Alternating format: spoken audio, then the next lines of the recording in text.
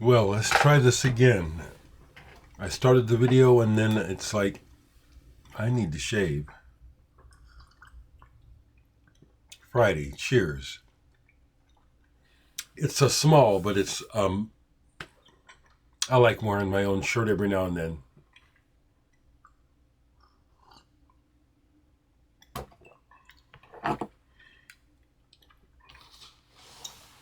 It's gonna be another hot one today. So, just right quick, in the comments, people are very kind. A friend shares that I consider all of you friends. This William Welsh fella says, my son Bill and I watch you every day. Well, that's pretty cool. I can only assume or figure that it's probably a guy my age or near my age and his adult son.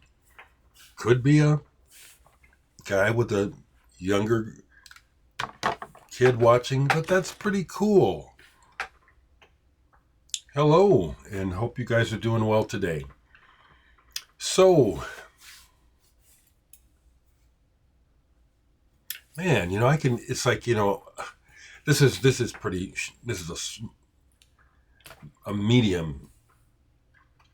I should have looked and gotten a large, but I'll just continue. I just noticed the COVID scar, from the shot on my arm. Anyway, also in the comments, someone had mentioned that they thought that the Mr. Flood's Party was a good recommendation. And then they also mentioned two other records that I have. I recently showed 50-Foot Hose, but I don't think I've ever shown this album, The Face Dancers. This is one of those records I've had since I was a teenager, and I forget that I have it.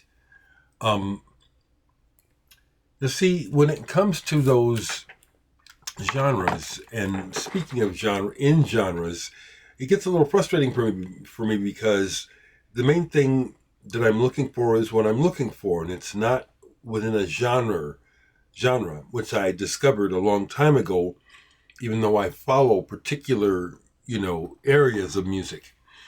So what I'm trying to say is, this album is kind of a progressive type of thing with keyboards and a singer with, a voice that is, again, an acquired taste.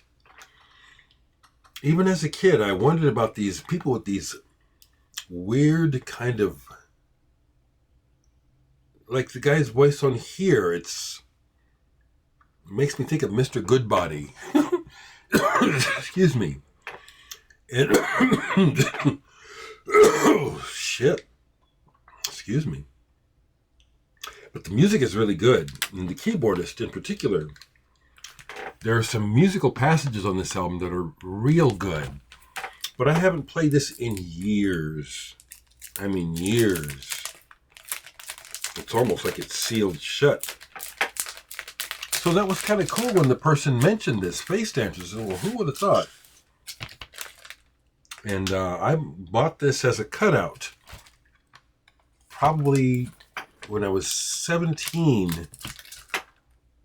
This came out in 72, so probably got it in late 72 or early 73. Still with the original inner sleeve. And it's like they're trying to present this band and the singer as some kind of Scats Bloom is his name, which is a strange name. It's like how you would try to present personalities and people of interest in bands. Like, we'll make this guy the singer the point of interest, and maybe he'll be a star. This is a good album, though, if you've never heard it. The Face Dancers. And when I was grabbing it, I said, well, rather than look for more records to show, I'll just grab what's next to the Face Dancers and show those records, as well as this, which is, I'll show these, because I did play some records yesterday. Love Forever Changes. This is considered by many a classic album. Some consider it psychedelic classic. I don't consider it psychedelic. I just consider it a fantastic album. Really good songs. Arthur Lee's voice, along with Brian McLean's songwriting, and Johnny Echols' guitar. Johnny Echols, I understand, was really important in the band, not receiving his due credit, kind of like McLean. Arthur Lee was the one who was getting all the shine. This is a great album.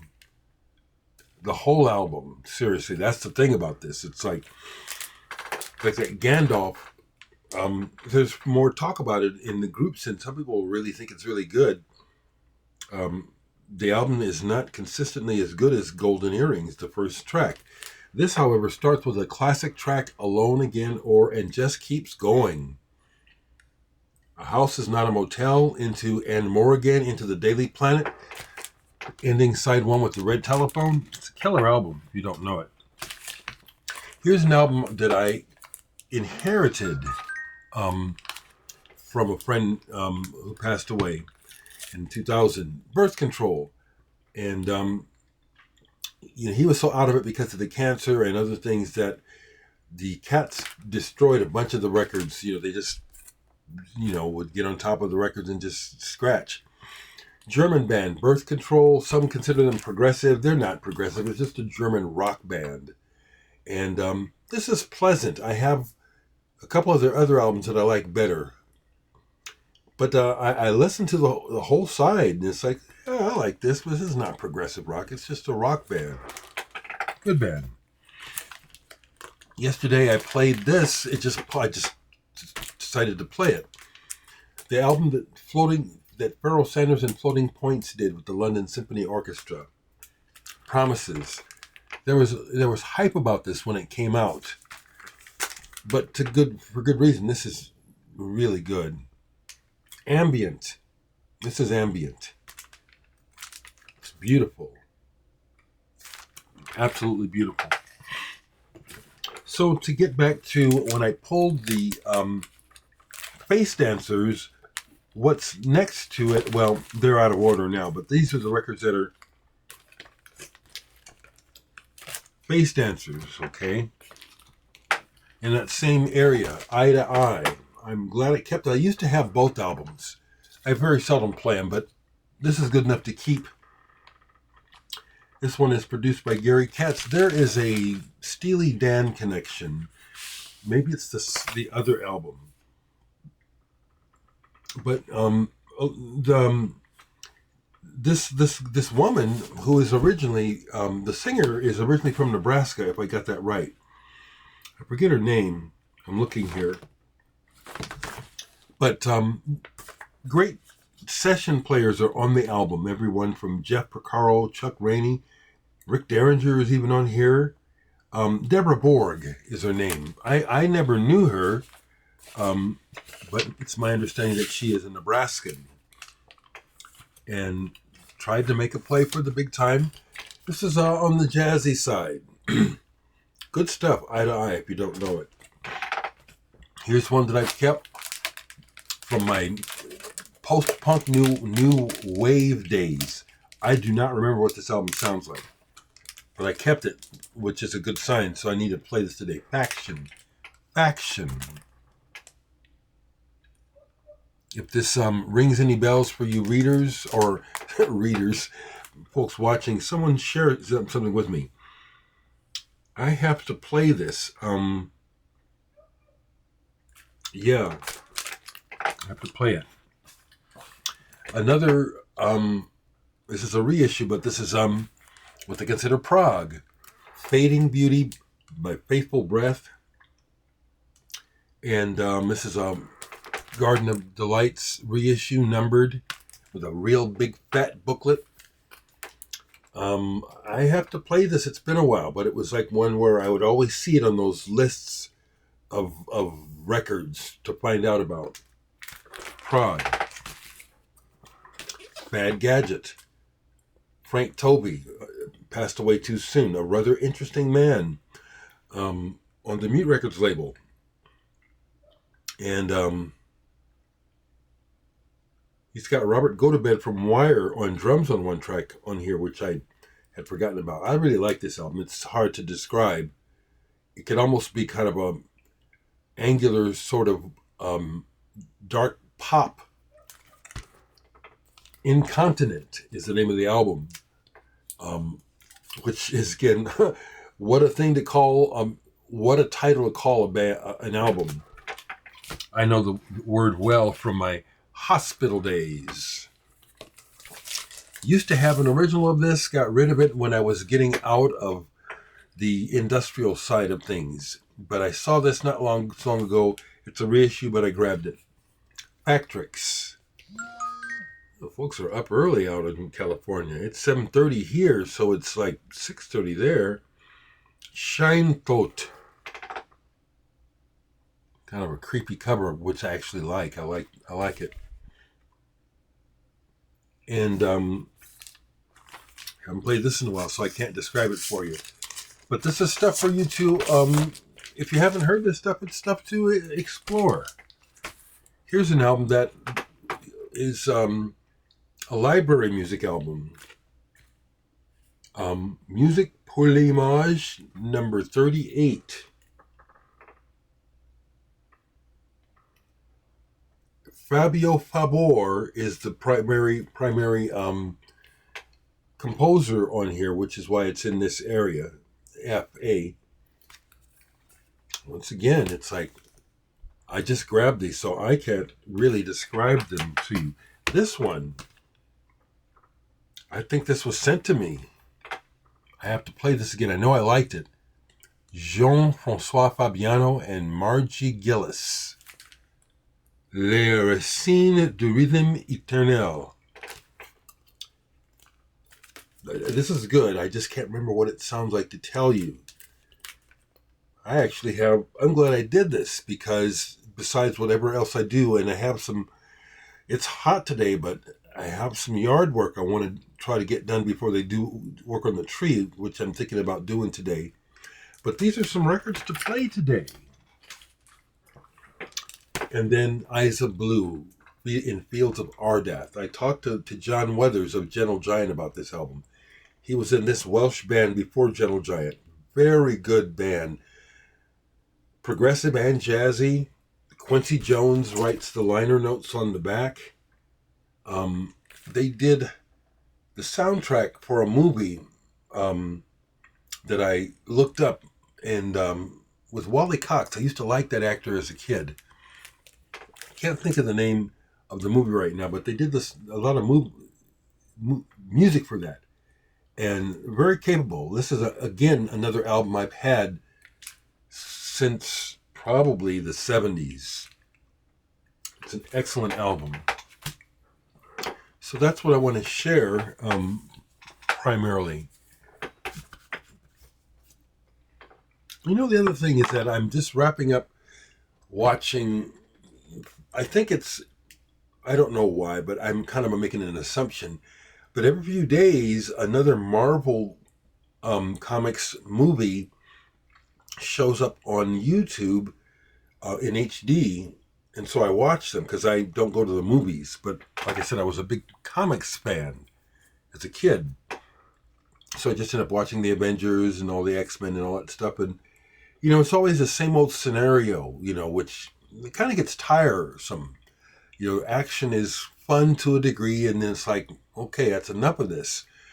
But the other thing that is kind of, to me, as I watch it and think about real life, the dismaying, never-ending quest and thirst for power, and the lengths that people will go to get it. That's very exaggerated in the comics, but it's a life scenario. It's what we're dealing with.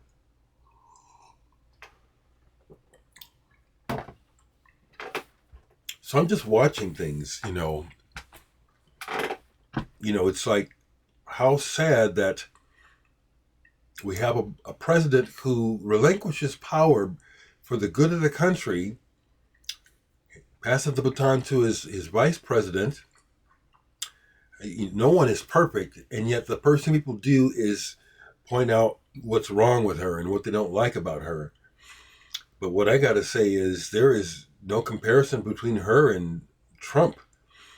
It's like here they're showing, at least on the surface, good values for the good of the country. For I'll give up power, where we have this other psychopath jerk perpetrator who is totally self-centered, and it's not for the good of anyone else but himself and his rich cronies, and he doesn't even care about them. It's just like, well, I'll do this for you because I know you'll do it for me. And we're still in this mess where it's, to me, it's like it couldn't be more obvious. The contrast between people and what we're dealing with. Why on earth would you want this selfish bastard back in office? Don't make no sense. And I'm